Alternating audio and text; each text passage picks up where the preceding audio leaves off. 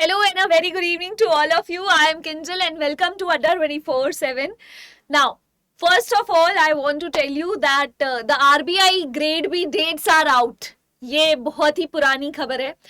But जो आपका phase 1 का एग्जामिनेशन है ये इनमें 70 दिन है और लगभग फेज 2 में लगभग 90 डेज का है आपके पास टाइम. बहुत सारे ऐसे बच्चे हैं जो डिस्क्रिप्टिव राइटिंग के कारण इस पेपर को अटेम्प्ट नहीं करना चाहते हैं या फिर उन्हें लगता है कि शायद डिस्क्रिप्टिव राइटिंग उनके एरिया से उनके एम्बिट के बाहर की चीज है.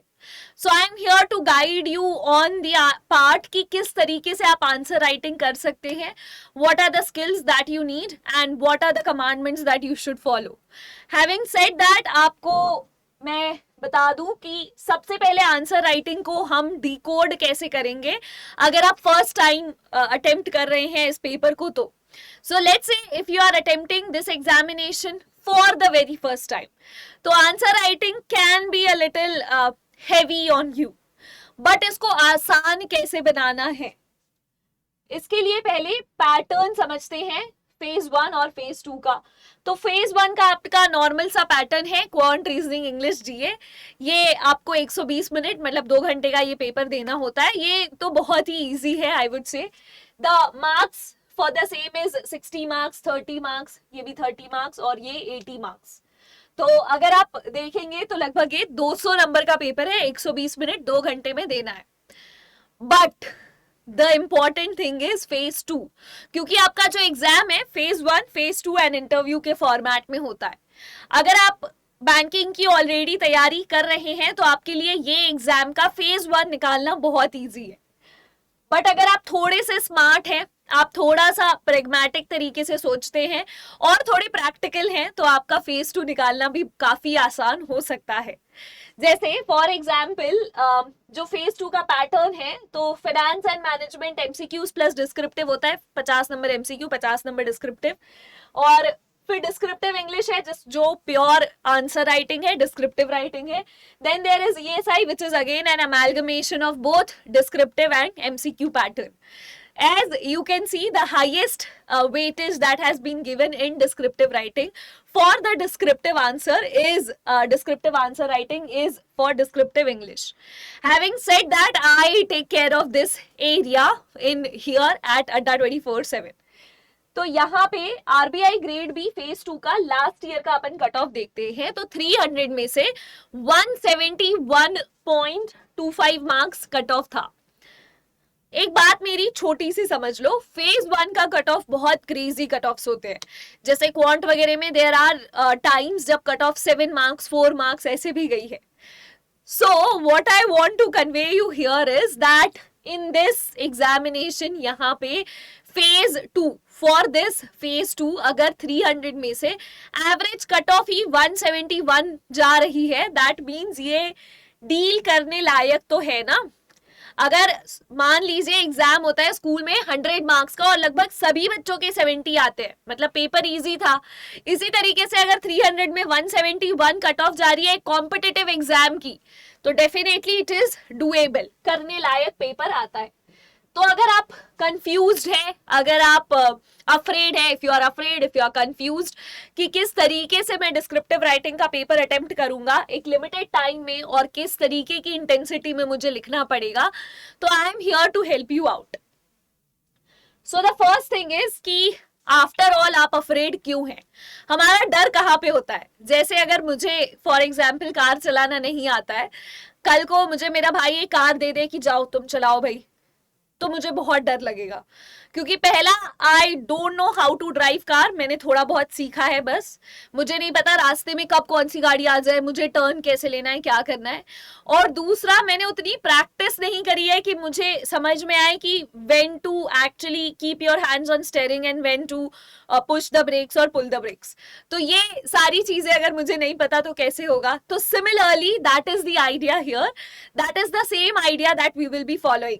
सबसे पहले we will try to understand कि ये प्रोसेस क्या है, then we will try to understand कि इसको प्रैक्टिस कैसे किया जा सकता है, सो दैट जब एग्जामिनर आपका एग्जाम का इवैल्यूएशन करे, आपके पेपर का इवैल्यूएशन करे, तो वो एक पॉजिटिव आई के साथ कर सके. It is very important because the paper that is checked is both automated and manual, and hence there needs to be a positive eye, whether it's technology's positive eye or a person's positive eye.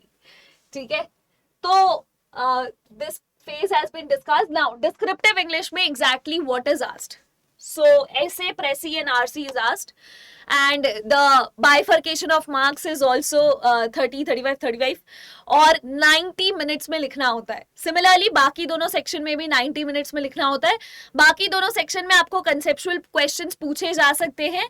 अगर आप commerce की student है तो आपको already पता होगा कि conceptual question कैसे होते हैं फिनेंस एंड मैनेजमेंट या फिर ESI में. और इंग्लिश के लिए we are going to take it as a guide. Now I am going to use your next 5 minutes to help you how to ace descriptive writing. तो ऐसे प्रेसी और RC आता है जहां पे ऐसे आपको एक टॉपिक, 4-5 टॉपिक दिए होते हैं, एक चूज करना होता है. प्रेसी में भी एक आर्टिकल दिया है, उसका छोटा सा brief summary, not exactly summary but somewhere close to summary लिखना होता है along with a title, remember. और आरसी में there you have an entire article and then you have 4-5 questions. You are suppose to jot down the answers from the passage itself. अब what you need to do, what are the commandments that you need to follow to ace this area. तो सबसे पहले एक अच्छा answer वही इंसान लिख सकता है जो अच्छे से पढ़ सकता है और रीड कर सकता है. So reading and writing are two important aspects. बहुत ज़्यादा ज़रूरी है that if you want to ace this area, you should read a lot and you should write a lot. I might have seen a few people, that those who could not clear this examination, specifically because I have seen that in their eyes and in their behavior, that they were not able to actually read the content carefully. I might have also talked to a couple number of failure students who might have accepted that their reading skills aren't that good. और अगर आपकी पढ़ने की skill अच्छी नहीं है, अगर आप पढ़ के फटाफट कॉम्प्रीहेंड नहीं कर सकते, तो फिर आप अच्छा कैसे लिखोगे. और पढ़ना, reading and writing goes hand in hand. जब आप अच्छे से रीड करना सीख जाएंगे तभी आप अच्छे से राइट करेंगे. So make sure that you read the entire editorial page for the next 70 days. अगले 60-65 डेज तक के कोशिश करेंगे कि पूरा एडिटोरियल पन्ना एटलीस्ट किसी एक न्यूज़पेपर का पढ़ेंगे. If you ask me which newspaper, I will definitely recommend the Hindu, but remember not just one article but the entire newspaper. जब आप रोज रीड एंड राइट करेंगे, रोज आप कोई एक आर्टिकल में ऐसे लिखेंगे, चाहे आप 100 वर्ड का लिखे, 200 वर्ड का लिखे, जब आप ये रीडिंग एंड राइटिंग रोज करेंगे, एज अ रिजल्ट आपके पास एक अपना एमओ क्रिएट हो जाएगा, एक मॉडस ऑपरेंडी क्रिएट होगा आपके अपने लिए. And modus operandi is basically way your own flow chart that how you are going to function. तो आपका, जब आपके लिए खुद के पास, अगर आपके लिए अपना एक SOP होगा, आपके पास एक स्ट्रक्चर, एक सीक्वेंस, फ्लो एंड मैनर कि आप किस तरीके से लिखना चाहते हैं, ये सब आपने डिसाइड कर लिया तो बहुत ही आसान हो जाएगा. जैसे फॉर एग्जाम्पल, अगर पॉवर्टी पे आपका ऐसे आता है, अगर आप खुद से लिखने बैठेंगे तो आप पॉवर्टी की डेफिनेशन लिखेंगे, फिर कुछ और लिखेंगे. बट अगर आपने इसके पहले 10 अलग अलग टॉपिक में ऐसे सबमिट किया हुआ है, तो आपको आइडिया होगा दैट पहले मैं पॉवर्टी लिखूंगा, फिर मैं उसका सोशल इम्पैक्ट लिखूंगा, पॉलिटिकल इम्पैक्ट लिखूंगा, मैं लीगल एरिया में भी डिस्कस कर सकता हूँ, कंक्लूजन लिखूंगा. तो आप इसी हिसाब से फ्लो चार्ट बनाएंगे. ऐसे सिंपल से मेथड होते हैं जैसे कि पेस्टल मेथड, या फिर a very common which is ISEPC, which is introduction, social aspect, economical aspect, political aspect and then conclusion. तो ISEPC या फिर पेस्टल बहुत ही कॉमन वेज है of writing the essay, but ये आपके तभी खुद के फॉर्म होंगे जब आप खुद से प्रैक्टिस कर रहे हैं. So I hope I have convinced you that you need to write at least 100 words. Start with maybe 100 words and then slowly move to 300, 400 or even 600 words to by the end of 2 months.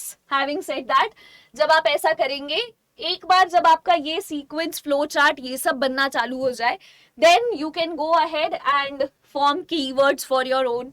You can set timer, क्योंकि 90 minutes में इतने सारे questions बनाने होते हैं, तो आप ये समझ पाएंगे कि आपकी स्ट्रेंथ क्या है, पहले आरसी अटेम्प्ट करना है या पहले precis. And then the sequence of course कि पहले आरसी अटेम्प्ट करना है या प्रेसी, ये आप खुद से डिसाइड कर पाएंगे. अगर आपको इसमें हेल्प चाहिए through YouTube free of cost, तो उसके लिए आई हैव अ सॉल्यूशन. सो अड्डा 24/7 has a specific YouTube channel dedicated for this examination which is अड्डा 24/7 रेगुलेटरी बॉडीज. वहां पे आप मंडे टू फ्राइडे मुझे मिल सकते हैं शाम 7 बजे, जहां पे because this reason is around कि हमारा आरबीआई का डेट्स आ चुका है. So I have decided that every day at 7 PM I will cover the Hindu editorial, but in a manner which is very helpful for the RBI Grade B aspirants. Vocabulary specifically handpicked for this examination, analysis of important this editorial article, idioms, क्योंकि हर साल आप देख सकते हैं पिछले 2018 से last RBI तक के हर साल they ask you one question related to idiom. You can very well dedicate 2 days and learn all the idioms and still हो सकता है एक ना आए, बट अगर आप रोज 5-6 ईडियम्स करते रहोगे तो कोई एक जरूर आ जाएगा. एंड लास्ट, मैं हर दिन डिस्क्रिप्टिव राइटिंग के लिए मंडे टू फ्राइडे एक टॉपिक देती हूँ स्टूडेंट्स को, and they submit it to me, and when they submit it to me for free of cost I analyse and give them the review. तो आप ये join कर सकते हैं अड्डा 24/7 रेगुलेटरी बॉडीज पे हर दिन शाम 7 बजे मंडे टू फ्राइडे तक के. नाउ जस्ट इन केस आप यही सारी जो चीजें हैं इसकी स्ट्रक्चर्ड वे में तैयारी करना चाहते हैं, आप चाहते हैं फेज 1 जो कि थोड़ा अलग होता है नॉर्मल बैंकिंग एग्जाम से, जैसे फेज 1 में phrase connector is a very important topic जो नॉर्मल बैंकिंग एग्जाम्स के प्री में नहीं आता. आरसी टोन्स, जैसे कि the difference between RC tone of angry and indignant, ये भी आ सकता है. हालांकि बहुत आसान सा है सवाल, बट ये पूछा जाता है. अगर आप ऐसी डेडिकेटेड तैयारी करना चाहते हैं specifically for this examination, so we have a course here which is a live batch. This is a live batch that we are taking. This is basically a batch जहां पे फेज 1, फेज 2 और interview तीनों की तैयारी करवाई जाएगी. अगर आप इसमें एनरोल करना चाहते हैं तो यूज द कोड Y659. मेरा आपसे पर्सनल सजेशन होगा कि क्योंकि अभी डबल वैलिडिटी चल रही है, आप रेगुलेटरी महापैक पे इन्वेस्ट करें अपने पैसे, ताकि आप आने वाले टाइम में RBI, SEBI, NABARD, SIDBI, IBPS, SO, ये सारे एग्जाम्स को कवर करेंगे विद द सेम कोड. अगर आप वैसे एस्पिरेंट हैं, वन ऑफ दोज एस्पिरेंट्स जो आने 6 months 4 महीने बाद जब एसबीआई पीओ होने वाला है, आप उसमें भी फोकस करना चाहते हैं, तो मेरा आपसे सजेशन होगा bank Mahapack plus, because this is that one pack which will give you access to all the courses. phase 1, phase 2 के इंटरव्यू, क्विजेस, मॉक टेस्ट, ये सारी चीजें जो एक आपकी तैयारी को सक्सेस स्टोरी में चेंज करती है. और बहुत जरूरी है कि आप अपने ऊपर इतना फोकस करें, आप इतने डेडिकेटेड हो के तैयारी करें कि ये जो अटेम्प्ट है ये आपका सक्सेस स्टोरी हो और अनसक्सेसफुल स्टोरी ना रहे. With that thought, I would like to tell you that you can also join this batch, which is basically a complete English batch. अगर आप सिर्फ इंग्लिश में डरे हुए हैं कि इंग्लिश का फेज 1 या फेज 2 कैसे निकालें, तो आप ये भी ज्वाइन कर सकते हैं with the same code, which is Y659. Last but not the least, make sure that you subscribe to this channel Adda 24/7 Regulatory Bodies. वहाँ हर दिन शाम 7 बजे मिलेंगे, Monday to Friday. On that note, I'll take your leave. I hope this year brings you a lot of good news and one good government job. Bye and take care.